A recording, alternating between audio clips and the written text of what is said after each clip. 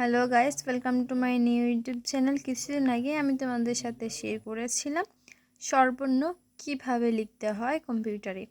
আজকে শেয়ার করব ব্যঞ্জনবর্ণ কিভাবে লিখতে হয়। তবে ফার্স্টলি একটা কাজ অবশ্যই তোমাদের করতে হবে, সেটা হচ্ছে ফন্ট চেঞ্জ। তোমরা যদি ফন্ট চেঞ্জ না করো তাহলে তোমরা বাংলায় লিখতে পারবে না। যে ফন্টে আছে সেই ফন্টে লেখাই চলে আসবে। তাই তোমাদের বাংলা ফন্টটা সিলেক্ট করে দিতে হবে, না হলে তোমরা বাংলা ফন্টে লিখতে পারবে না।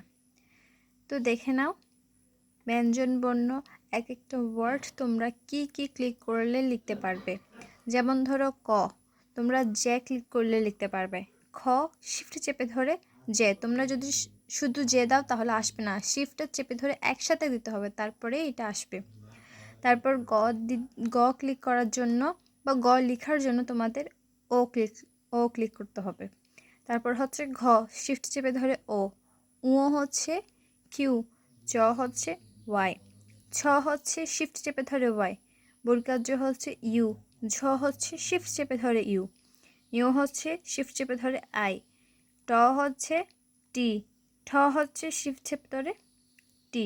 ড হচ্ছে ই। ঢ হচ্ছে শিফট চেপে ধরে ই। মধ্যাহ্ন হচ্ছে শিফট চেপে ধরে বি। ত হচ্ছে কে। থ হচ্ছে শিফট চেপে ধরে কে। দ হচ্ছে এল। ধ হচ্ছে শিফট চেপে ধরে এল।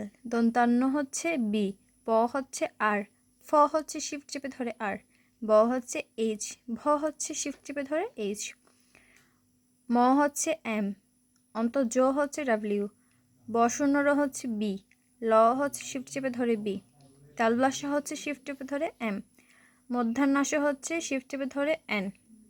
দন্তাস্য হচ্ছে এন। হ হচ্ছে আই।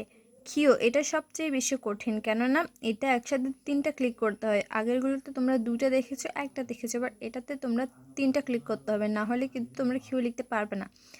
এখানে প্রথমে জে ক্লিক করতে হবে, তারপর একসাথে শিফট চেপে ধরে এন। আমি এটা ভুল বলেছি, সরি।